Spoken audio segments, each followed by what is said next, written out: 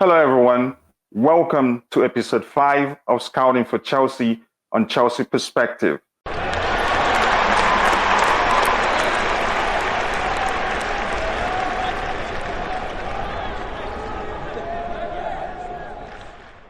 Today, I have with me a very special guest, somebody who knows the club very well. He knows football overall, a great individual. Ankit, welcome back to Chelsea Perspective. My pleasure, mate. Chelsea Perspective is one of the upcoming channels which I really recommend to you all. Great channel, great guy, Coachila, and it's my honor to come back on the channel and speak to you about football and of course Chelsea, which interests both of us, I'm sure. Thank you very much for taking the time to say that. I appreciate it so much. So let's get into business. What player did you scout? What position does the player play in, and why would you like Chelsea to sign that player?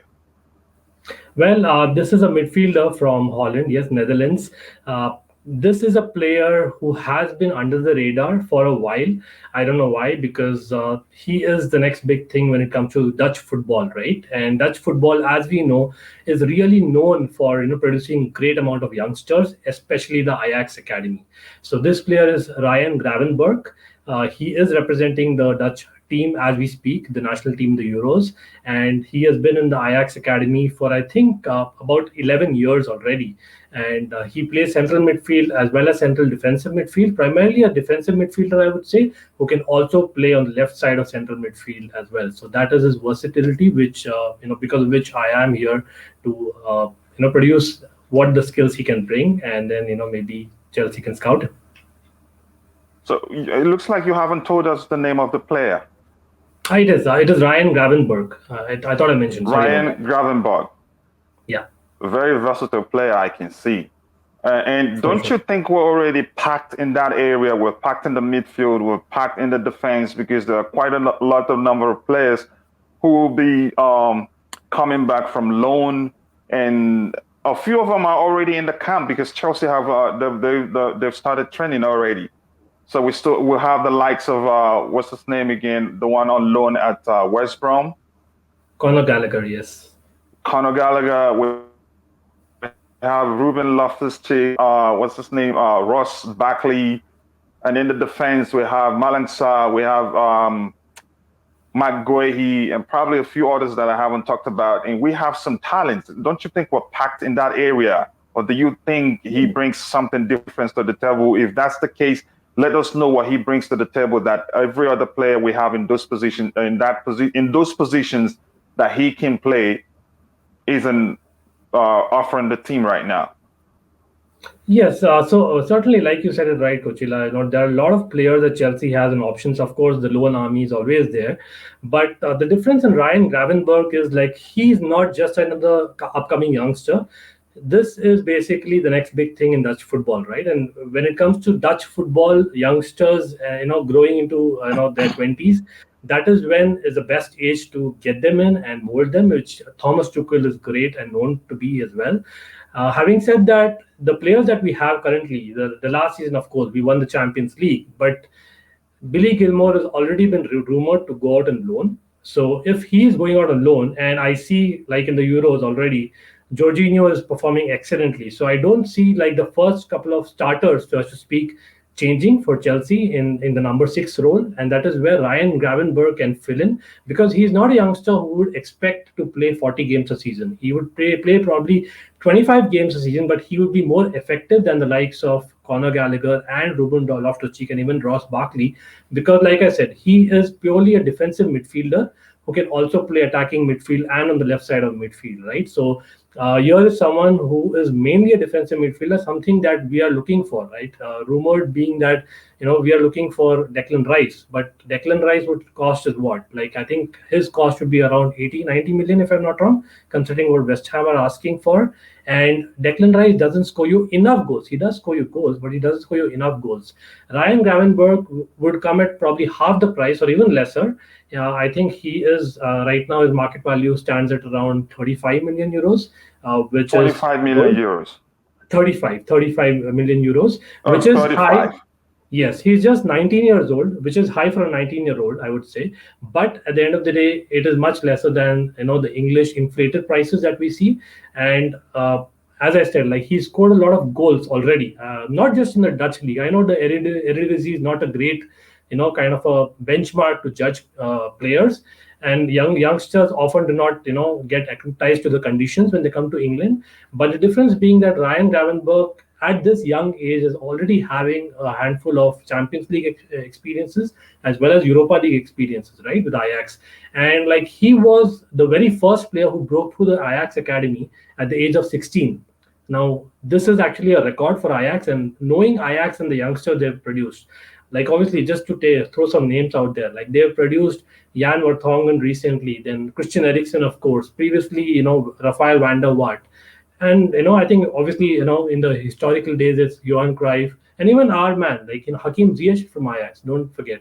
So there is definitely a footballing academy there where he's come out of, and in that academy, which excels with youngsters, he is the youngest ever to represent Ajax in the Eredivisie. And that he's broken the record of Clarence Seedorf. And Clarence Seedorf is a legend, like in any football, and he's probably won everything that there is. So this guy has to be looked at even the Champions League and the Europa League, right? He's not just played, say B-level teams. Like he's actually played and represented well, playing against, I think, Atalanta, Liverpool, Roma, and Lille. Lille were very good last season, right? And he's performed well in those games. And for the Dutch national team as well. I think a classical example can be the recent Euros, which are still going on. Now, in the first game that the Dutch team played, they, I believe, conceded 2 goals within a few minutes and were about to draw or lose that game in spite of getting 3 early goals. And that is where they needed some kind of player to stabilize the midfield. And they used Ryan Gravenberg in the second game, right? Second game, as soon as they got that 2-0 lead, they got in Ryan Gravenberg, and it was basically a pleasure to watch him play because he is, I would say, like, a mix of Paul Pogba and Patrick Vieira. I know those are very, high words that I'm using for him, but trust me, like his technique and ability is that being 19 years old, this guy is 6 feet 3 inches tall and can score goals as well as defend. So the difference maker, like you asked, Coachella, just to kind of end there quickly, is he takes long shots, something that Chelsea missed last season, right? So he is great at basically not only aerial ability, but taking long shots and scoring of them. So overall, that's actually exceptional for a 19-year-old. Overall, your argument is that what he brings to the table is includes goals from the midfield or the defense wherever he plays, and I mean that's something we really missed. So it makes perfect sense for the club to look at him because last season there weren't much goal contributions from the midfield except for Jorginho. All his goals, of which we know came from the penalty, came from the spots. So, question I have for you right now: we've established that his versatility and his goals contributions from the midfield or the defense, it depends on wherever he plays. Are you arguing that he's better than some of the players we have in that positions right now? We understand Billy Gilmore will be going out on loan. But how about Jorginho, Kovacic, or whoever joins them from the loan army? Are you arguing that he's better than those guys? Yes, he certainly brings different elements than those guys, and that is why I'm recommending him. Of course, like we have to bring Billy Gilmore into picture because at the end of the day, if there's a 19 or 20-year-old going away from the club and we are expecting, say, Jorginho, Kovacic, and Conte to be our first 3 midfielders, I would say like the fourth position will probably go for a youngster because I don't see, say, for example, just throwing it out there, Verratti, kind of sitting on the bench. So he's far better. First, let's start with Billy Gilmore, right? So Billy Gilmore is fantastic. I love him to the core. But the fact being that in the last 2 seasons, Billy Gilmore has not got a single goal or a single assist, I believe, in the top league, right? And that is an assist, that is a kind of stat which stands out because he is not a goal scorer or a creator per se to get goals. He's a great engine and a great passer of the ball. Whereas Ryan Gravenberg in the same period, I believe, has got around 9 goals and 7 assists. Compare that to even Kovacic. Kovacic, I believe, all put together, even including national team, has got like 10 goals and assists all put together.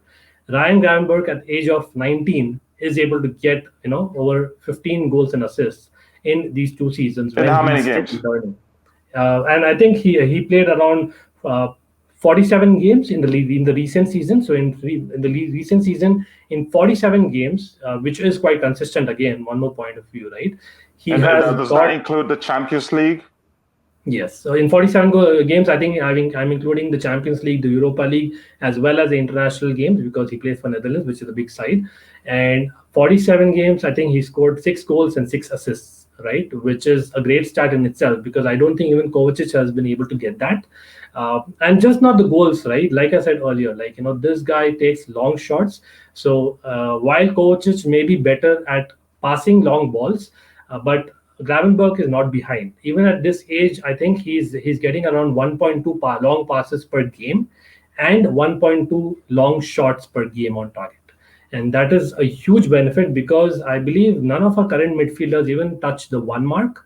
Their average per game is probably zero point 0.5 or zero point 0.8 at best, including the likes of Kovacic and Jorginho, right? And which is really something that we lack, and the steal and just the height factor. Like Conte is perfect. He's probably the best in the world. Like there's no debate about that, right? In terms of winning the ball, but at the end of the day, he's not tall. And I know probably people say that are we talking about Bakayoko? But Bakayoko lacked in a lot of other things. That is where I'm comparing Gravenberg to say a Patrick Vieira, who kind of did everything. And at 6'3" at this age, and 6'3" is just 19. Remember, he can still grow, as in he can become Yeah. taller, right? So and he has strength as well, and I think even his tackling is not to be underdetermined because he actually is equivalent to Kovacic in terms of tackles per game as well, right? So he's at least at par or better than, in fact, all the midfielders that we have, right? I know it's again Eredivisie that we are comparing with the Premier League, but also I'm taking into consideration the big tournament. So that's something that needs to be considered at his age, and the upward trajectory that I'm seeing, and the way that he's actually come out in flesh playing in recent important games, tells me that he's the next big thing, right? As in there's always some big player coming out of Ajax Academy every year, name it. So he is the one to kind of watch out for, and we need a midfielder who scores goals as well as has strength. So what is this? What is this? That's amazing, by the way, I must say. And at 19, he's got quite a number of goals, assisted a few, and he's had Champions League and the Dutch league experience, which doesn't come easy at 19. So what is this transfer value? Yeah, so like I said, it's expected to be around 35 million euros. Again, with Chelsea, I'm sure, like if in case our scouts kind of recommend him, it will go a little bit higher by the time they do that. So I can expect that to be in the higher 30s. I don't expect to be much more than that. Which is again in the range of what we are say talking about Chouameni, for example. But again, Ryan Gravenberg is probably a better goal scorer, and he's a winner. Don't forget, although with Ajax, at I think 17 years of age, he won the European Championship with the Dutch team, under 17 European Championship. Then with Ajax, he's already won 2 Dutch titles as well as 2 Dutch Cups in 2 years. Right, so he is a winner, and he also has that leadership ability, which I already see in him at 19 years of age, which is something that probably Chouameni lacks, in my opinion. Did the Ajax, they won the last edition of the Dutch league, right? And That's he was right. part of the team that won it. So at Yeah. 19, you could say he has a winning mentality already, because it takes winning to develop winning mentality. So overall, I think he fits the profile of player that we need in the Chelsea midfield right now. A player that's capable of getting goals, assisting goals, and also stabilizing, protecting the defense. And I think his age doesn't really matter if he can get the job done. If he's able to do it at the Euros with his team. And like you say, the moment they brought him in, he stabilized the midfield, and he was, good to watch. Ankit, again, thank you very much for finding the time to be here with me to present this episode of Scouting for Chelsea to the fans. I know it's not easy because the game is already on, but I appreciate the sacrifice, and I will reciprocate whenever you need me. So again, one more time, please take the time to plug in yourself and let the fans know how they can find your content.